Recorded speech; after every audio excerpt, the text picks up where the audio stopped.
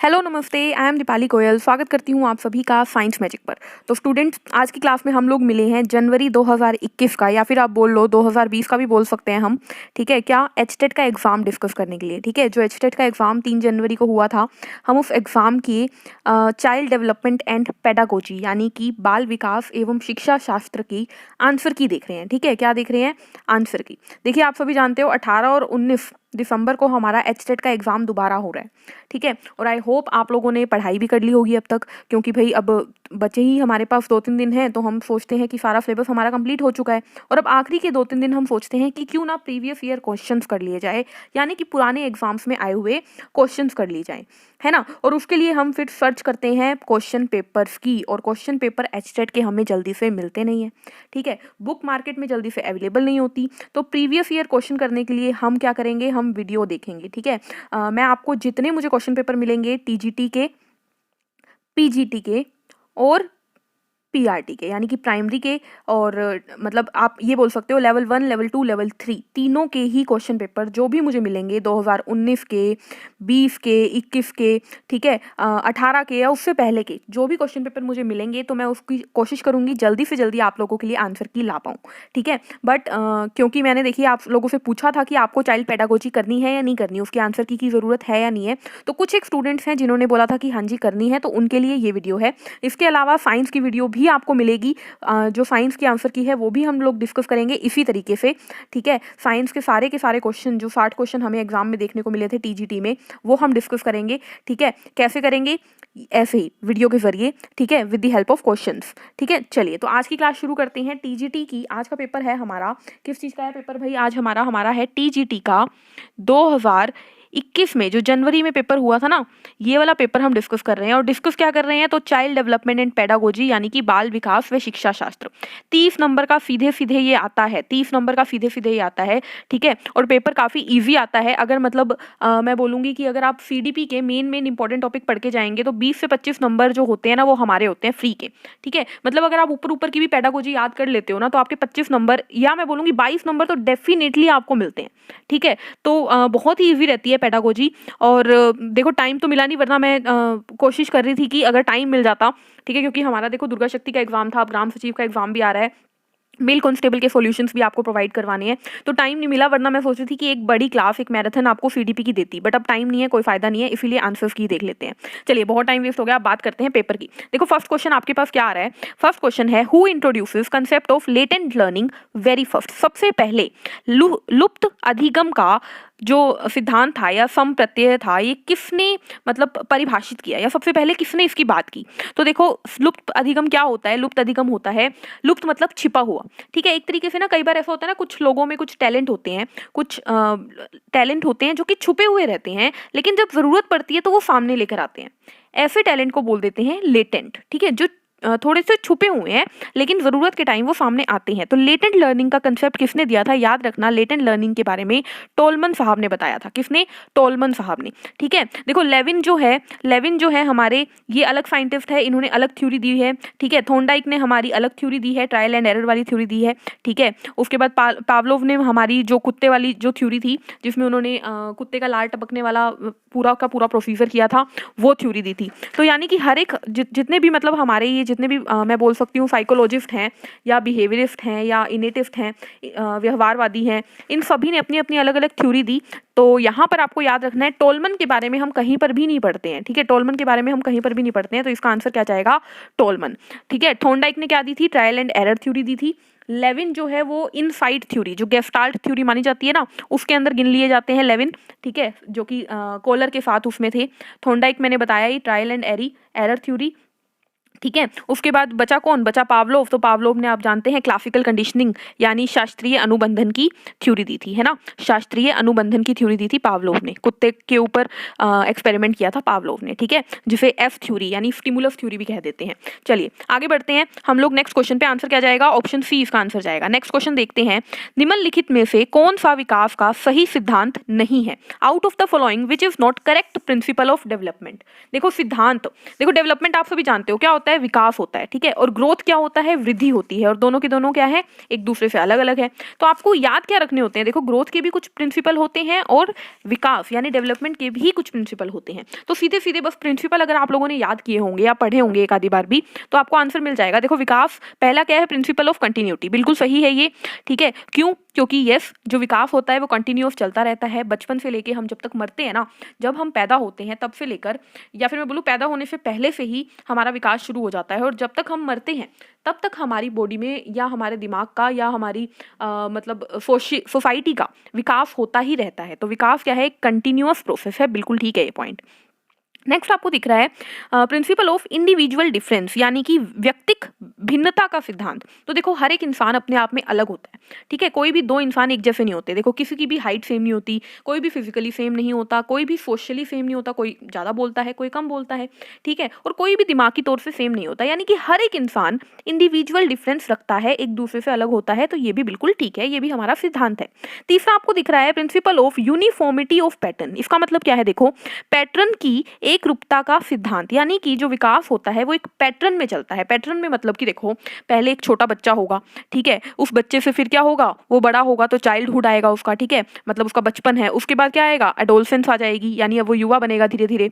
फिर उसके बाद क्या होगा? और बड़ा बनेगा, फिर वो बूढ़ा हो जाएगा। यानी कि एक पैटर्न तो फिक्स है ना, ऐसा तो नहीं है कि कभी कोई कुछ बन जाता है, कभी कोई कुछ बन जाता है, तो पैटर्न भी होता है। तो ये भी बिल्कुल ठीक है। फोर्थ ऑप्शन आपको दिख रहा है, क्या दिख रहा है? Principle of proceeding from specific to general response. तो ये हो गया गलत, क्योंकि सिद्धांत कहता है कि हम जनरल से स्पेसिफिक की तरफ जाते हैं। यानी कि पहले देखो, बच्चा है कोई, वो पहले क्या सीखता है? आम चीजें सीखता है, जो सारे लोग करते हैं वही सीखता है। फिर वो धीरे धीरे कुछ खास चीजें सीखने लग जाता है ना। तो हमेशा जनरल से, सामान्य से विशिष्ट की ओर जो है हमारी डेवलपमेंट होती है, सामान्य से विशिष्ट की ओर। तो ये जो फोर्थ पॉइंट है ये हो जाता है गलत। तो आंसर आ जाएगा ऑप्शन 4 या ऑप्शन डी बोल लीजिए आप, ठीक है। इसके अलावा प्रिंसिपल आप लोग जानते ही होंगे, ठीक है। कंटिन्यूअस यानी लगातार चलता है, ग्रेजुअल यानी कि एक प्रोसेस में ही चलता है, कभी भी उल्टा नहीं हो सकता, इरिवर्सिबल नहीं होता, ठीक है। सभी में अपने अपने इंडिविजुअल डिफरेंस होते हैं। जनरल से स्पेसिफिक चलता है, सिंपल से कॉम्प्लेक्स चलता है, यानी सरल से जटिल की तरफ चलता है। ये एक मतलब इसके अंदर ये भी होता है कि बदलाव भी आ सकता है, यानी चेंज भी हो सकते हैं इनके अंदर। ये सारे क्या थे? हमारे विकास के सिद्धांत थे। चलिए नेक्स्ट क्वेश्चन देखते हैं हम लोग। वे बच्चे जो विभिन्न विभिन्न प्रकार की अधिगम समस्याओं को ग्रसित रहते हैं, उनके लिए अधिगम अक्षम शब्द का प्रयोग सर्वप्रथम किसने किया? Who introduces learning disabled word very first for the child suffered from various learning problem? तो देखो, ये क्वेश्चन बहुत ही सिंपल था, लेकिन बहुत लोगों को इसका आंसर नहीं पता होगा एग्जाम के टाइम पे, क्योंकि ये जो है ये हमारी पेडागोजी के अंदर हम जनरली पढ़ते नहीं है। तो आपको याद रखना है बच्चों की लर्निंग डिसेबल जो शब्द है ना, ये सैमुअल कर्क ने यूज किया था। किसने किया था? सैमुअल कर्क ने इस्तेमाल किया था पहली बार, ठीक है। किसने किया था? सैमुअल कर्क ने इस्तेमाल किया था। नेक्स्ट क्वेश्चन देखते हैं। नेक्स्ट क्वेश्चन आता है हमारे पास, कैटल संस्कृति मुक्त बुद्धि परीक्षण की मापनी एक किसके लिए बनाई गई थी? Scale 1 in Cattell culture free intelligent test was prepared for. तो देखो, कैटल ने 3 स्केल दिए थे। कैटल ने क्या दिए थे? 3 स्केल दिए थे। कितने स्केल दिए थे? 3 स्केल दिए थे कैटल ने, ठीक है। उन 3 स्केलों को 1, 2, 3, ये पहला स्केल, ये दूसरा स्केल, ये तीसरा स्केल। पहले स्केल में इन्होंने बोला था 4 से 8 साल के बच्चे आएंगे, दूसरे स्केल में 8 से 12 ईयर के बच्चे आएंगे, और तीसरे में बोला था 13 या 13 से ज़्यादा वाले बच्चे आएंगे। तो क्वेश्चन क्या है भाई? पहली मापनी में कौन आएगा? पहली मापनी में कौन आएगा भाई? 4 से 8 वाला। तो 4 से 8 वर्ष के मानसिक दोष वाले व्यक्तियों के लिए क्या बनाया था? 4 to 8 ईयर्स के लिए बनाया था फर्स्ट। अगर दूसरा पूछा होता तो क्या लिख देते आप यहाँ पे? 8 से 12 वाला, यानी ऑप्शन 1 हो जाता। तीसरा पूछा होता तो क्या बोल देते आप? 12 से 15 बोल देते, ठीक है। और 2 से 4 को मान्य नहीं किया गया था, ठीक है। चलिए आगे बढ़ते हैं नेक्स्ट क्वेश्चन के ऊपर। नेक्स्ट क्वेश्चन है हमारे पास, निम्नलिखित में से कौन सा अच्छे मानसिक स्वास्थ्य के लिए स्वास्थ्य का लक्षण नहीं है? यानी कि विच of the following is not the characteristic of good mental health. देखो, मानसिक तौर से इंसान कब खुश होता है, मतलब कब हेल्दी होता है? जब वो अच्छा हो, इंसान खुश हो, उसके अंदर कॉन्फिडेंस हो, मतलब उसके अंदर आत्मविश्वास होना चाहिए, वो सब कुछ कर पाए, ठीक है। तो चलिए ऑप्शन देखते हैं और टिक करते हैं। ये बहुत ही कॉमन सा नॉर्मल सा क्वेश्चन था, आप आम जिंदगी से ये क्वेश्चन निकाल सकते हो, ठीक है। पहला है एबिलिटी टू एडजस्ट। जो इंसान एडजस्ट करना जानता है, किसी भी सिचुएशन में ढलना जानता है, वो पक्की बात अच्छी दिमाग वाला होगा, ठीक है। देखो, एक है हर टाइम चिड़चिड़ा रहता है, तो उसकी मेंटल हेल्थ अच्छी नहीं है, तो और एक है जो एडजस्ट कर जाता है, जो समायोजन कर जाता है, यानी कि गुड मेंटल हेल्थ, तो ये तो होगा नहीं, ठीक है। नेक्स्ट, इमोशनल मैच्योरिटी, यानी कि वो संवेगात्मक परिपक्वता वाला है, यानी कि भाई वो गुस्से को, अपने डर को, अपने प्यार को, अपनी नफरत को मैच्योरिटी से हैंडल करता है, तो ये भी ठीक है बिल्कुल। सेल्फ कॉन्फिडेंस, बिल्कुल, जो दिमागी तौर से अच्छा इंसान होगा, हेल्दी इंसान होगा, उसके अंदर कॉन्फिडेंस तो होगा ही। इनटॉलरेंस, असहनशीलता इज द राइट आंसर। देखो, जो बंदा मानसिक तौर से एकदम गुड है, एकदम वेल है, यानी कि मानसिक स्वास्थ्य से अच्छा है, वो भाई सहनशील भी तो होगा ना, लेकिन इंटॉलरेंस तो गलत हो गया, तो आंसर क्या आ गया, ऑप्शन डी। नेक्स्ट क्वेश्चन आता है, बहुत ही सिंपल क्वेश्चन था, ठीक है, ऐसे क्वेश्चन देख के खुश हो जाता है दिमाग, बिल्कुल, मन बिल्कुल। अकॉर्डिंग टू जीन पियाजे, in which stage child is able to understand hypothesis and getting thinking ability on the basis of logical statement. जब चाइल्ड तार्किक वाक्यों को सीख जाता है, यानी तर्क वितर्क करना सीख जाता है, ऐसी उम्र को क्या कहते हैं? तो भाई बताओ, किस उम्र में, जीन पियाजे के अनुसार किस उम्र में बच्चा जो है वो तार्किक यानी तर्क वितर्क सीख जाता है? तो आप सभी जानते हो अडोलसेंस का पीरियड, यानी कि 11 से 15, जिसे हम बोल देते हैं क्या, हम बोल देते हैं फॉर्मल ऑपरेशनल स्टेज, है ना, या हम बोल देते हैं एब्स्ट्रैक्ट ऑपरेशनल स्टेज, जो चौथी अवस्था होती है। जीन पियाजे ने कितनी अवस्थाएं दी थी? 4 दी थी। पहला था सेंसरी मोटर, यानी आप अपनी सेंसेस से सीखते हो। दूसरा था हमारे पास क्या, सेंसरी मोटर के बाद क्या था, सेंसरी मोटर, और उसके बाद आया हमारा प्री ऑपरेशनल, ठीक है। फिर आया क्या, हमारे पास आया कंक्रीट वाला, ठीक है। और फिर कौन आया था, फिर आया था हमारे पास, हमारा कंक्रीट के बाद कौन सा आया था, एब्स्ट्रैक्ट वाला, यानी कि अमूर्त, है ना, एब्स्ट्रैक्ट को अमूर्त ही बोलते हैं ना। कंक्रीट हो गया मूर्त और एब्स्ट्रैक्ट हो गया अमूर्त। क्लियर है, बढ़े आगे, चलिए उसके बाद आगे बढ़ते हैं। अच्छा, कोलबर्ग भी आपने कर ही लिया होगा, कोलबर्ग बहुत इंपॉर्टेंट था, है ना। तो 4 हमारे पास कौन कौन से हैं भाई, 4 हमारे पास हैं। पहला है सेंसरी मोटर, दूसरा है प्री ऑपरेशनल, ठीक है, जिसे हम बोलते हैं 2 से 7 साल वाली जो उम्र होती है। फिर आती है हमारी कंक्रीट ऑपरेशनल, और फिर आती है जो हमारा क्वेश्चन था 11 से 15 वाला, एब्स्ट्रैक्ट ऑपरेशनल, जिसे फॉर्मल ऑपरेशनल भी बोल देते हैं। क्लियर, चलिए नेक्स्ट क्वेश्चन देखते हैं। विकास की कौन सी अवस्था में समान लिंगियों के साथ रुचि मित्रता विकसित होती है? In which stage of development interest friendship develop toward the same sexual group, यानी लड़का लड़के को दोस्त बनाता है, लड़की लड़की को दोस्त बनाती है, ये कौन सी उम्र में होता है? तो बहुत ही सिंपल सा ये क्वेश्चन, देखो, सेम एज ग्रुप का बच्चा जब दोस्त बना, देखो अब जब बड़े हो जाते हैं हम लोग, एडल्टहुड में आ जाते हैं, तब तो ऐसा होता है ना कि लड़का चाहता है मेरी लड़की फ्रेंड बने, लड़की चाहती है मेरा लड़का फ्रेंड बने, लेकिन इस उम्र में जब वो अपने ही सेम जेंडर के दोस्त बनाता है, वो उम्र कहेंगे 10 से 12 साल। देखो वैसे तो ये चाइल्डहुड की एज होती है, लेकिन इन ऑप्शंस में से एक ही ऑप्शन सही जाएगा, option 3 will be the right answer, ठीक है। नेक्स्ट क्वेश्चन देखते हैं, थोड़ी सी स्पीड हम बढ़ाएंगे, ठीक है। कौन सा हो गया, 7th क्वेश्चन हमारा डन हो गया। नेक्स्ट क्वेश्चन पे चलते हैं। नेक्स्ट क्वेश्चन है हमारे पास, देखिए क्वेश्चन नंबर 8 क्या है, निम्नलिखित में से कौन सा यथार्थवादी चिंतन का प्रकार नहीं है? Which of the following is not a type of realistic thinking. देखो रियलिस्टिक थिंकिंग यानी नॉर्मल थिंकिंग कौन सी नहीं होगी, तो कन्वर्जेंट यानी कि मतलब एक तरीके से फैक्ट वाली, जो रूल्स वाली स्टडी होती है। क्रिएटिव यानी आप सृजनात्मक, यानी आप क्रिएटिव हो। इवेल्युएटिव, जब आप किसी की आलोचना करते हो, यानी कि किसी के बारे में बुरा या अच्छा बोलते हो। ऑप्शन डी इसका राइट आंसर जाएगा। ऑटिस्टिक थिंकिंग जो होती है वो हमारी यथार्थवादी चिंतन नहीं होता है, ठीक है। नेक्स्ट क्वेश्चन आता है हमारे पास, क्वेश्चन नंबर 9, निम्नलिखित में से कौन सा मनोवैज्ञानिक मानवतावादी मनोविज्ञान का समर्थक नहीं है? आउट ऑफ द फॉलोइंग कौन ह्यूमनिस्ट नहीं है? तो ह्यूमनिस्ट, देखो ह्यूमनिस्ट मानवतावादी कौन थे, 2 थे। कौन कौन, एक तो था कार्ल रोगर, और एक था अब्राहम मस्लो, ठीक है, अब्राहम मस्लो। ये जो 2 साइंटिस्ट थे, ये दोनों ह्यूमनिस्ट के नाम से जाना जाते हैं। तो 3 और 2 तो होगा नहीं, बचे 1 और 4। इसमें हमें कंफ्यूजन रहती है, और सभी को रहती है, कोई दिक्कत नहीं है। लेकिन अच्छे से हम जानते हैं कि जब भी हम पेडागोजी करते हैं ना, तो सिर्फ और सिर्फ मनोविशेषज्ञ में एक इंसान यूज किया जाता है। मनोविशेषज्ञ यानी साइको एनालिसिस, जब भी वर्ड आता है ना, तब हम किसी की बात करते हैं। बताओ कौन है वो? जब भी साइको एनालिसिस शब्द आता है ना, तो हम एक ही जने की बात करते हैं, वो है हमारे सिगमंड, कौन है हमारे, सिगमंड फ्रूड, है ना। इनकी बात कब करते हैं, साइको एनालिसिस में। इन्होंने क्या बोल दिया, इन्होंने बोल दिया साइको एनालिसिस नहीं बोला, इन्होंने ह्यूमनिस्ट बोल दिया, मानवतावादी बोल दिया। तो भाई फ्रूड तो साइको एनालिस्ट है, तो आंसर दे दो फ्रायड, सिगमंड फ्रायड आंसर आ जाएगा, ऑप्शन 1, ठीक है। नेक्स्ट क्वेश्चन, निम्नलिखित में से कौन सा अधिगम अक्षम बालकों का लक्षण नहीं है? Which of the following is not the characteristic of learning disabled children. तो लर्निंग डिसेबल्ड चिल्ड्रन जो होते हैं, उनका इनमें से क्या कैरेक्टरिस्टिक नहीं है? तो देखो परसेप्चुअल इफेक्टिवनेस यानी कि वो बहुत सही ढंग से हर चीज़ को हर चीज़ को समझ लेते हैं।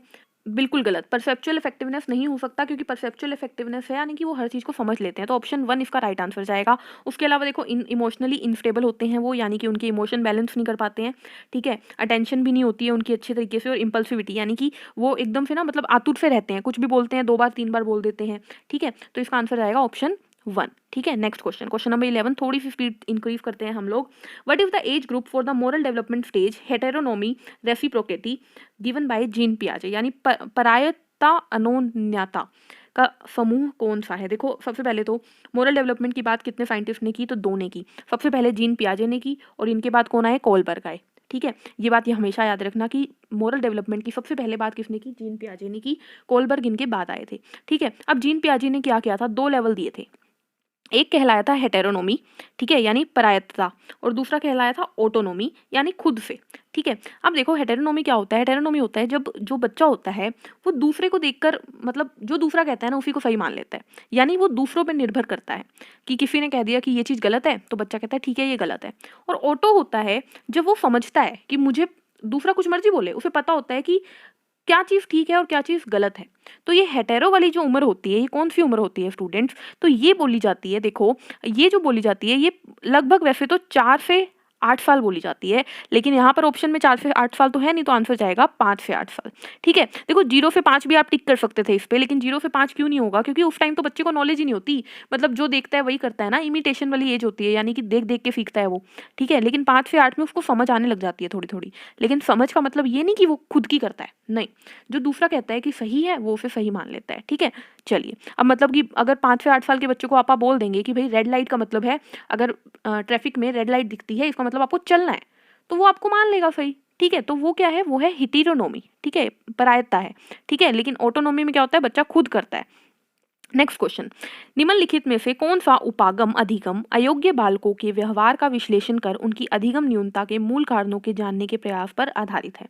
विच of the following approach is based on analysing the behaviour of, क्या बोल दिया इसने, बिहेवियर, यानी व्यवहार को देखना, और व्यवहार को देखने वाली सोच कौन सी होती है, व्यवहारवादी होती है, यानी बिहेवियरल अप्रोच होती है, यानी J B Watson, father of behaviourism कौन है, जे बी वाटसन है हमारे फादर ऑफ बिहेवियरिज्म, उन्हीं की है, ठीक है। साइको एनालिटिक किसने की थी भाई, फ्रूड ने की थी, ठीक है, याद रखना ये बात, ठीक है। नेक्स्ट क्वेश्चन, नेक्स्ट क्वेश्चन है हमारे पास, निम्नलिखित में से कौन सा मनोवैज्ञानिक आत्मा के विज्ञान के रूप में मनोविज्ञान विचारधारा का समर्थक नहीं है। Which of the following psychologist is not supporter of view about psychology as a science of soul. देखो जब साइकोलॉजी शुरू हुई थी ना, तो सबसे पहले ये बोला गया था कि साइकोलॉजी क्या है, आत्मा के अध्ययन को साइकोलॉजी कहते हैं, सबसे पहले ये बात बोली गई थी। और किसने बोली थी, तो वो बोली थी सबसे पहले अरस्तु ने बोली थी, और उसके बाद उनको साथ दिया था प्लाटो और डिकार्टो ने, ठीक है। तो वुंट इसका आंसर चला जाएगा, क्योंकि वुंट कौन था, वुंट तो भाई संरचनात्मक था ना, संरचनावादी था वुंट, ठीक है, स्ट्रक्चरलिस्ट था, ठीक है, जिसने पहली प्रयोगशाला बनाई थी लिप्जिंग में, याद आया, वो था वुंट। तो आंसर चला जाएगा हमारा option 4 will be the right answer, clear है। नेक्स्ट क्वेश्चन देखते हैं हम लोग, क्या है देखिए, निम्नलिखित में से कौन सा मनोविज्ञान का संप्रदाय ब्लैक बॉक्स थ्योरी के नाम से जाना जाता है। तो ब्लैक बॉक्स थ्योरी कौन किसको बोलते हैं भाई, जे बी वाटसन के बिहेवियरिज्म को, व्यवहारवाद को ब्लैक बॉक्स थ्योरी बोलते हैं, याद रखना, ठीक है। नेक्स्ट क्वेश्चन, क्लासिकल अनुबंधन का अन्य नाम क्या है। What is the other name of classical conditioning. तो देखो क्लासिकल कंडीशनिंग क्या थी भाई, क्लासिकल कंडीशनिंग जो कि हमने थ्योरी की थी, जैसे थॉर्नडाइक की ट्रायल एंड एरर थी, उसी तरीके से क्लासिकल कंडीशनिंग जो कि हमारे पावलोव की थी, ठीक है। तो इसका आंसर क्या जाएगा भाई, type F conditioning, type F यानी स्टिमुलस वाली कंडीशनिंग बोलते हैं क्लासिकल को, ठीक है। नेक्स्ट क्वेश्चन, ठीक है, जो कुत्ते की घंटी वगैरह बजाई थी। नेक्स्ट क्वेश्चन आता है क्वेश्चन नंबर 16, निम्नलिखित में से कौन सा थॉर्नडाइक द्वारा प्रतिपादित सीखने का प्रमुख नियम नहीं है। तो थॉर्नडाइक ने देखो 3 नियम दिए थे, कौन कौन से नियम दिए थे, लॉ ऑफ एक्सरसाइज दिया था, इफेक्ट दिया था, रेडीनेस दिया था, लॉ ऑफ जनरलाइजेशन नहीं दिया, यानी सामान्यकरण का नियम नहीं दिया। उसने कहा था देखो कि बच्चे को अगर कुछ सिखाना है तो पहली बात तो उसके अंदर खुद के अंदर तत्परता होनी चाहिए, यानी कि वो चाहता हो कि मैं कुछ सीखना चाहता हूँ, तभी वो सीखेगा। फिर उसको हमें प्रैक्टिस करवानी पड़ेगी, ठीक है, और फिर उसका हम इफेक्ट देखेंगे, यानी क्या निष्कर्ष निकला, ठीक है। यही होता है ना, हम जब हमें मान लीजिए आपको अगर आपको आपका मन है, आप चाहते हो कि एचटेट आपका क्लियर हो, ठीक है, सबसे पहले ज़रूरत है कि आप चाहते हो। अगर आप चाहते ही नहीं एचटेट क्लियर हो तो आप पढ़ोगे ही क्यों, ठीक है। तो सबसे पहले ज़रूरी है रेडीनेस यानी तत्परता। फिर क्या करोगे आप, उसके लिए जी जान लगाओगे, मेहनत करोगे और फिर उससे आपको रिजल्ट मिलेगा कि आपका पेपर क्लियर हो जाएगा। तो ये तीनों चीज़ें किसने बोली थी, हमारे थॉर्नडाइक साहब ने बोली थी, लेकिन सामान्यीकरण की बात उन्होंने नहीं की थी, ठीक है। नेक्स्ट क्वेश्चन आता है हमारे पास, निम्नलिखित में से कौन सा मनोविज्ञान मानव के चिंतन, स्मृति, भाषा, प्रत्यक्षीकरण इत्यादि का अध्ययन करता है। तो बहुत ही सिंपल है, देखो कौन सा मनोविज्ञान या कौन सी साइकोलॉजी थिंकिंग, मेमोरी, लैंग्वेज और परसेप्शन की बात करती है। तो जब भी जहाँ पर दिमाग रिलेटेड चीजें आ जाती है ना, वो हो जाती है कोग्नाइटिव यानी संज्ञानात्मक, ठीक है। मानवतावादी नहीं होगा, अब नॉर्मल नहीं होगा, क्लिनिकल नहीं होगा, आंसर जाएगा कोग्नाइटिव। कोग्नाइटिव होता है लॉजिकल, मैथमेटिकल, कैलकुलेटिव, जहाँ पर भी आए ना परसेप्शन, रीजनिंग, ये सब आ जाएगा कोग्निटिव के अंदर, ठीक है। इसके अलावा एक फिजिकल डोमेन होता है यानी शारीरिक होता है, और एक होता है सोशल यानी सोसाइटी से समाजवादी हो गया, ठीक है। नेक्स्ट क्वेश्चन, निम्नलिखित में से कौन सा पद क्रिया प्रसूत अनुबंध से संबंधित नहीं है। Which of the following term is not related to operant conditioning. तो देखो ऑपरेंट कंडीशनिंग में जब एग्जांपल किया गया था तो ये माना गया था कि देखो जब किसी के साथ कोई चीज़ करते रहते हैं यानी हम उसे सिखा रहे हैं तो रीइंफोर्समेंट हो गया, ठीक है। उसके बाद हम क्या करते हैं कि एकदम से उस चीज़ को हटा देते हैं तो एक्सटिंक्शन भी हो जाता है, और फिर क्या करते हैं कि फिर वापस ले आते हैं। जैसे कि फॉर एग्जाम्पल ऐसा हुआ, जो एक्सपेरिमेंट हुआ था वही बता देती हूँ, उसी का एग्जांपल दे देती हूँ कि मतलब ऐसा क्या होता था। देखो उसमें क्या था कि कुत्ते को आदत डलवाई गई कि जब भी घंटी बजेगी तेरे लिए खाना आएगा, जब भी घंटी बजेगी तेरे लिए खाना आएगा, यानी हम उसे तैयार कर रहे हैं। फिर क्या होता था, एकदम अचानक से क्या किया साइंटिस्ट ने कि भाई घंटी तो बजी लेकिन खाना देना बंद कर दिया। तो कुत्ता सीख गया भाई कि घंटी और खाने का कोई रिलेशन नहीं है, उसने अपना जो भी अपने माइंड में सेट किया हुआ था उसे हटा दिया। अब क्या हुआ, किसी एक दिन काफ़ी दिन बाद फिर घंटी बजा के उसे खाना दे दिया गया। तो एकदम से क्या हुआ, कुत्ते ने मतलब अब जब कोई चीज़ होएगी तो कुत्ता 1 सेकंड में सीख लेगा ना, क्योंकि ये चीज़ पहले हो चुकी तो अब वो सीख जल्दी जाएगा। तो इसे बोलते हैं स्पॉन्टेनियस रिकवरी। तो इन तीनों की बात की जाती है, इनसाइट की नहीं की जाती। 18वें का आंसर आ जाएगा 1, ठीक है। यानी अंतर्दृष्टि की बात कहीं नहीं कही गई ऑपरेंट कंडीशनिंग में। नेक्स्ट, संरचनावाद के प्रवर्तक कौन थे, मैंने अभी बताया। स्ट्रक्चरलिस्ट कौन थे, जिन्होंने ब्रेन के दिमाग के संरचना की बात की थी कि भाई दिमाग के अंदर 3 भाग होते हैं, एक होता है चेतन मन, एक होता है अर्धचेतन मन और एक होता है अचेतन मन, यानी कि conscious, subconscious and unconscious mind. किसने की थी भाई, हमारे वुंड ने की थी। किसने की थी, वुंड ने की थी, ठीक है, वुंड। नेक्स्ट क्वेश्चन देखते हैं। नेक्स्ट क्वेश्चन है हमारे पास क्वेश्चन नंबर 20, निम्नलिखित में से कौन सा जन्मजात अभिप्रेरक का उदाहरण है, यानी कि एग्जांपल ऑफ इनेट मोटिव। यानी जब हम पैदा होते हैं तो हम ये लेकर पैदा होते हैं। तो देखो बचपन में ही हमें कोई अवार्ड तो मिलता नहीं, कोई इनाम तो मिलता नहीं, पुरस्कार तो मिलता नहीं, तो ये तो होगा नहीं। पनिशमेंट बचपन से ही थोड़ा ना शुरू होती है, पैदा होते ही बच्चे को ऐसे कह देंगे हाथ ऊपर करके खड़ा हो जा, नहीं। प्रोत्साहन भी बच्चे के अंदर खुद से नहीं आता, प्रोत्साहन तो बाहर वाले लोग उसे देते हैं। तो आंसर क्या जाएगा, हंगर। बचपन से ही बच्चे में भूख आ जाती है, ठीक है। भूख, प्यास, ये चीज़ें क्या होती है, इन्फेंट मतलब जन्मजात अभिप्रेरक होते हैं, इनेट मोटिव होते हैं। क्लियर। नेक्स्ट क्वेश्चन, भय का संवेग किस मूल प्रवृत्ति से जुड़ा हुआ है। The emotion of fear. Emotion of fear, जब भी आपको डर लगेगा आप क्या करोगे, वहां से भाग जाओगे। तो एस्केप यानी पलायन, पलायन मतलब वहां से भाग जाना, ठीक है। हमने और अच्छा एस्केप वेलोसिटी हमने साइंस में पढ़ी है, क्या होती है 11.2 किलोमीटर प्रति सेकंड, है ना। चलिए छोड़िए वो, एस्केप मतलब भाग जाना, डर लगेगा तो आप वहां से भाग जाओगे, उस सिचुएशन से निकलने की कोशिश करोगे, ठीक है। नेक्स्ट क्वेश्चन, प्रकार्यवाद के प्रमुख प्रवर्तक कौन थे। Who was the main propounder of functionalism. देखो अगर बात की जाए कि ब्रेन के संरचना को किसने पढ़ा, तो वुंट ने पढ़ा। लेकिन उस संरचना के बाद उसके फंक्शन को किसने पढ़ा, तो फंक्शनलिज्म थे जेम्स, विलियम जेम्स। इन दोनों ने एक जैसा ही काम किया था, लेकिन वो संरचनावादी कहलाए और ये प्रकार्यवादी कहलाए। क्लियर है, तो आंसर चला गया जेम्स। जेबी वाटसन कौन है भाई, ये तो व्यवहारवादी थे, ठीक है। टोलमन की बात हमने पहले क्वेश्चन में ही की थी। और हल जो थे इन्होंने भी कई मतलब फॉर्मूला दिए थे इसमें, ठीक है। आगे बढ़ते हैं, निम्नलिखित में से कौन सा व्यक्तित्व का प्रकार क्रेचमर द्वारा नहीं दिया गया। क्रेचमर ने 3 चीजों के बारे में बात की थी। उन्होंने कहा था पिकनिक, उन्होंने कहा था एस्थेनिक और उन्होंने कहा था एथलेटिक, ठीक है। यानी कि पिकनिक मतलब कि जैसे गोलाकाय यानी कि गोल मटोल जो लोग होते हैं, ठीक है। उन्होंने बोला था एथलेटिक यानी कि जो एथलीट्स होते हैं, ठीक है, जिनकी बॉडी स्ट्रॉन्ग होती है। और एक उन्होंने बोला था एस्थेनिक यानी कि ये ठीक ठाक होते हैं। तो इसका एस्थेटिक जो है इसका आंसर जाएगा, इन्होंने कहीं पर भी इफ 2 की बात नहीं की, तो option 2 will be the right answer, ठीक है। क्रेशमर पर्सनैलिटी के बारे में जब इन्होंने बताया था, ठीक है। चलिए आगे बढ़ते हैं, निम्नलिखित में से कौन सा तत्व अभिप्रेरणा चक्र से संबंधित नहीं है। मोटिवेशन साइकिल 3 चीजों से मिलकर बनती है। पहली तो हमें जरूरत होनी चाहिए, नीड। जब हमें किसी चीज की जरूरत होगी तभी तो हम उसकी तरफ जाएंगे, यानी कि चालन करेंगे यानी ड्राइव। और फिर ड्राइव करेंगे तो क्या होगा हमारा वो पूरा, हमें बीच में उसके बीच में प्रोत्साहन की ज़रूरत होगी, यानी इंसेंटिव की भी ज़रूरत होगी। तो आंसर क्या चला जाएगा, इमोशन इसका आंसर चला जाएगा। मोटिवेशन साइकिल में तीनों आते हैं एक्सेप्ट इमोशन, इमोशन संवेग कहीं नहीं आता। ठीक है, next, in which branch of psychology there is scope of study of telepathy and rebirth, यानी कि पुनर्जन्म वगैरह की बातें हम कहाँ पढ़ते हैं, तो पुनर्जन्म की बातें हम करते हैं पैरासाइकोलॉजी में। किस में करते हैं, पैरासाइकोलॉजी। पैरासाइकोलॉजी क्या होती है भाई, पैरासाइकोलॉजी होती है जब हम मन से परे विज्ञान की बातें करते हैं, यानी कि मन से हटके। तो मन से हटके क्या है भाई, पुनर्जन्म की बातें कर रहे हैं हम, बेतु की बातें करते हैं, किसमें, पैरासाइकोलॉजी में। क्लियर है, ऑप्शन सी अतीन्द्रिय मनोविज्ञान। नेक्स्ट क्वेश्चन आता है हमारे पास, परिश्रम प्रियता बनामहीनता अवस्था के लिए एरिक्सन ने कौन सा आयु समूह बताया था। What is the age group given by Erikson for the stage of industry versus inferiority. तो बिल्कुल सिंपल सा है, इसकी आपको स्टेजेस आपको सारे के सारे याद करने पड़ेंगे। आंसर जाएगा ऑप्शन 1, 6 से 11 साल की उम्र जो थी वो क्या थी, इंफेरिटी और इंडस्ट्री की उम्र थी। ठीक है, नेक्स्ट क्वेश्चन देखते हैं, गंभीर मानसिक मंदता वाले बालकों की बुद्धि लब्धि क्या होती है। IQ range of severe mental retarded child, तो 20 से 35 इसका आंसर जाएगा। देखो यहाँ पर आपको थोड़ा सा मैं याद करने का डाटा बता देती हूँ। देखो अगर आपसे पूछ लिया जाए 50 से 60, 50 से 60 कौन होते हैं स्टूडेंट्स, एक मिनट इसको थोड़ा सा स्पेस बना के लिखते हैं हम। ठीक है, एक सेकेंड, आ जाइए। देखो पहले आपसे पूछ लिया जाएगा 50 से 60, ठीक है, फिर आ जाएगा 36 से 51, फिर आ जाएगा 20 से 35 और फिर है 20 से कम। यही 4 ऑप्शन है, इन चारों के बारे में बता देती हूँ आपको मैं। ठीक है, देखो 50 से 60 होते हैं जनरली, जो साधारण रूप से जो मानसिक मंदता वाले होते हैं ना, मतलब इनका दिमाग तो कमजोर है लेकिन ये जनरली कमजोर है। ठीक है, यानी कि साधारण रूप से मानसिक मंदता वाले हैं। एक सेकेंड यार, इसको ना, ठीक है, फिर 36 से 51 वाले आते हैं, इन्हें मैंगोलिज्म बोलते हैं। क्या बोलते हैं, मैंगोलिज्म। ये क्वेश्चन भी एग्जाम में आता है कि मैंगोलिज्म वाले यानी अल्प मानसिक मंदता वाले लोग होते हैं वो किस में आते हैं, तो 36 से 51 में आते हैं। ठीक है, फिर अगर सीवियर पूछ लिया जाए, जो कि क्वेश्चन है हमारा, तो 20 से 35। लेकिन अगर पूछ लिया जाए इडियट्स यानी जड़ बुद्धि या अति गंभीर जो मानसिक मंदता होती है वो किसकी होती है, तो 20 से कम। तो आंसर क्या जाएगा, ऑप्शन 3 इसका आंसर जाएगा। देखो सीधी सी बात है, अगर ऐसे बोल दिया जाए कि मानसिक मंदता वाले लोग कहाँ आते हैं, तो 50 से 60 में। ठीक है, मैंगोलिज्म कहाँ आते हैं, 36 से 51।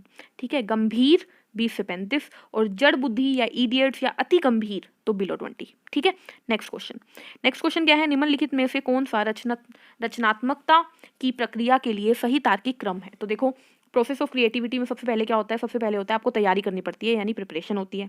फिर क्या करते हो आप, फिर आप करते हो क्या कहते हैं, इंक्यूबेशन यानी कि परिपाक, यानी कि आप उसके बारे में जानकारी लेते हो। फिर इनसाइट यानी अंतर्दृष्टि काम करती है और फिर आपका वेरिफिकेशन काम होता है, यानी कि option 3 will be the right answer, तैयारी, परिपाक, अंतर्दृष्टि, सत्यापन। ठीक है, नेक्स्ट क्वेश्चन, बालक के शरीर में होने वाले लैंगिक परिवर्तन विकास की कौन सी अवस्था में दिखाई देने प्रारंभ हो जाते हैं। In which stage of development the sexual changes that occur in the child body starts to appear.